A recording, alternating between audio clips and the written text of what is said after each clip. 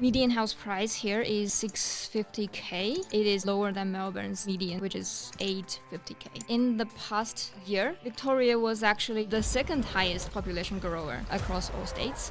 What? Junge Ma, lead research analyst at Investorkit, unpacks the data on the Victorian property market, as well as answering this month's listener choice question, breaking down the data on a specific area in Melbourne. And that is 73% above the decade average. That's quite impressive. The building approval percentage in Wyndham is actually 5.3%. So it's more than double. Almost triple. Almost triple. Wow. What about numbers as far as prices are concerned? The year-on-year GDP growth of Victoria was actually... If you've been considering buying in the Melbourne property market and want to understand more of the detail in the data, get ready to listen close. My name's Todd Sloan. You're listening to the Pizza and Property Podcast, and this is my chat with research analyst Junge Ma. Junge Ma, back again. How are you? Good. How are you? Very good. Looking forward to this one, probably a little bit selfishly, because Victoria is somewhere that I'm fascinated by at the moment. And apparently so is our viewer Frank, who has sent in a question. So before we start unpacking the state, the LGA and the suburb, do you want to jump into Frank's question? Yes, of course. So Frank's question is actually short. He said RGZ1 zones near train stations. So basically I'm thinking he's that's the whole question? Considering, yeah. Okay. Man, a few words, Frank. Okay. All right, so he's looking at what, and for anyone that doesn't understand, RGZ1 zones, what does that mean? Yeah, RGZ1 represents the general residential zone, Schedule 1. So it is a Victorian thing. Basically, these zones seek to respect and preserve neighborhood character while allowing a modest level of housing growth and diversity. So it's almost like a low-level heritage listing? It is more for increasing housing density, I believe. Oh, okay. So very much the opposite of heritage. Yeah, because all these zones are around train stations. Gotcha. Where, in general, we need more housing. I know years ago in Adelaide, they called them TODs. They were transit-orientated developments. Apparently they've scrapped that name now. Don't know why. But anyway, so it sounds like it's a similar kind of thing. It's like, let's pack everyone into the parts where we can move them quickly. Yes. Gotcha. They have two schedules. Schedule 1 allows maximum 2-story buildings. Yep. So it's relatively lower density than Schedule 2, which allows, I believe, maximum 3-story buildings. Gotcha. Okay, so 1 is 2-story, 2 is 3-story. All right. All right, why don't we jump into the state first? What's Victoria looking like as a whole, if we zoom out a little bit?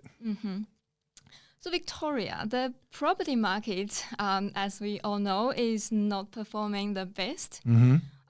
But the economy and population, they are really recovering at this moment. Okay. We look at population first. In the past year, Victoria was actually the second highest population grower across all states, with 2.9% year-on-year population growth. And that is 73% above the decade average. That's quite impressive. Okay, so it's not that people don't like living there. Like they're going there. People are actually moving there, yes. Okay. But the thing is, the increase is more contributed by overseas migrants than internal migrants. Gotcha. Okay. And does that change much as far as demand on rentals versus demand on buying property? I believe overseas migration contributes more to the rental market side instead of the sales market. And it'll take some years when the immigrants need to buy their own home. Makes sense. Like if I was going to move to another country, I don't think I'd buy straight away. I'd rent in a few places, see what I thought, get a feel for it. Yeah, before settle down. All right. Is there anything else state-wise to look at in Victoria before we go into the LGA? Yeah, Victoria's economy is also recovering. As we can see in the unemployment rate, the GDP of the state, and job vacancies. I'll first look at the unemployment rate. now it is 4.4%, not the lowest compared to WA or Queensland. However, compared to itself, it is much lower than the last decade average. 10 years ago, as I can see here, it was higher than 6%. Yeah, wow, okay. And yeah, over the decade, especially after COVID, it's been declining a lot.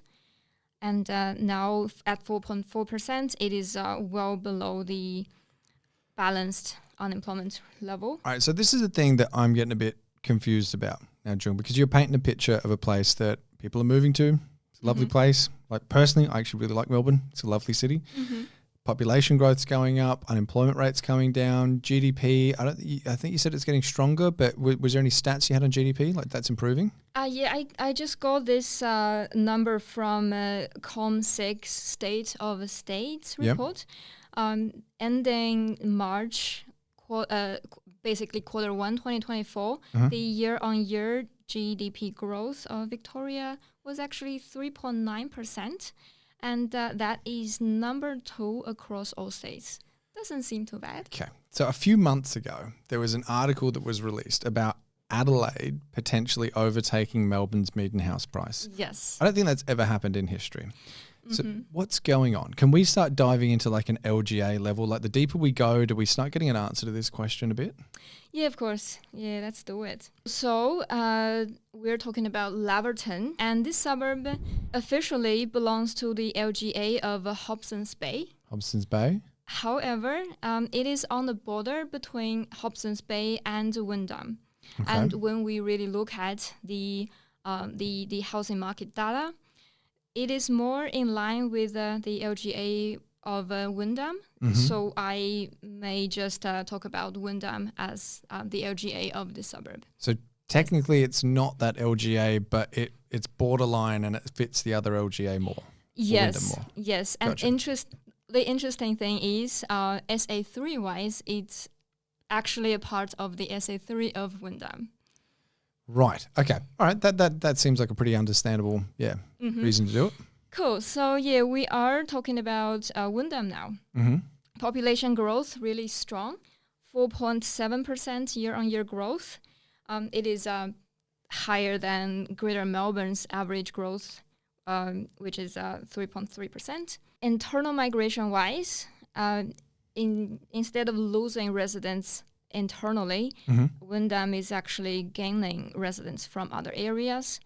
Last year, 2,100 people moved into this area. Compared to 2 years ago, it's lower actually, but it's still quite a strong internal migration number. Okay, so 2,100 people. So we've got more people moving there. Year-on-year growth was at 4.7%. What about numbers as far as prices are concerned? What are we looking at for like a median house price? Median house price here is $650K. It is lower than Melbourne's median, which is $850K. So $650K. Like we're talking pretty affordable, especially like how many Ks away are we talking from? Not just any Aussie city, but like from a globally recognized Aussie city. How far is it?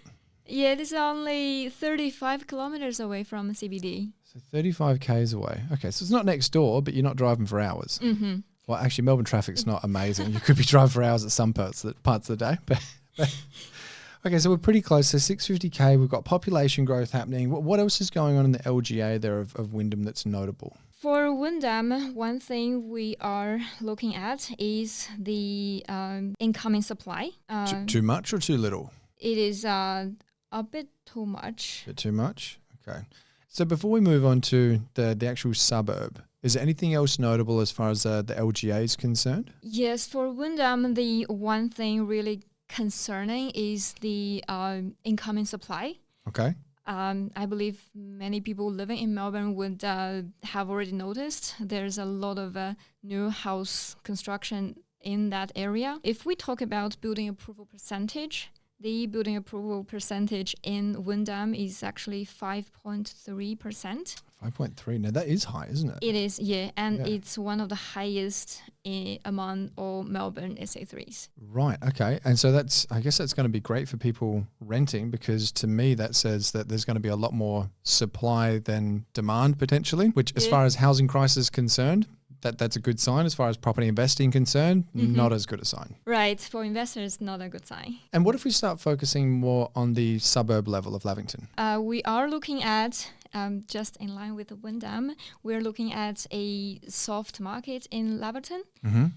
Inventory level, 9 months of stock. 9 months. It's a really high number. Wow. And just for anyone that's tuning in that's never listened to the show before, is maybe newer at property investing. So the inventory side of things, essentially in a nutshell, and correct me if I'm wrong here, Jung, if no property got listed on realestate.com domain for 9 months, then you could essentially keep selling property for a 9-month time span before you ran out. Yes, that's correct. That's huge. And what was it again that was considered like a balanced market? The balanced market is 3 to 4 months of stock. So it's more than double. Almost triple. Almost triple. Wow. Okay. All right. So as far as stock's concerned, there's a lot of it. What else are we looking at? Days on market as well. Houses are taking really long to sell. The average days on market is 91 days. 91 days.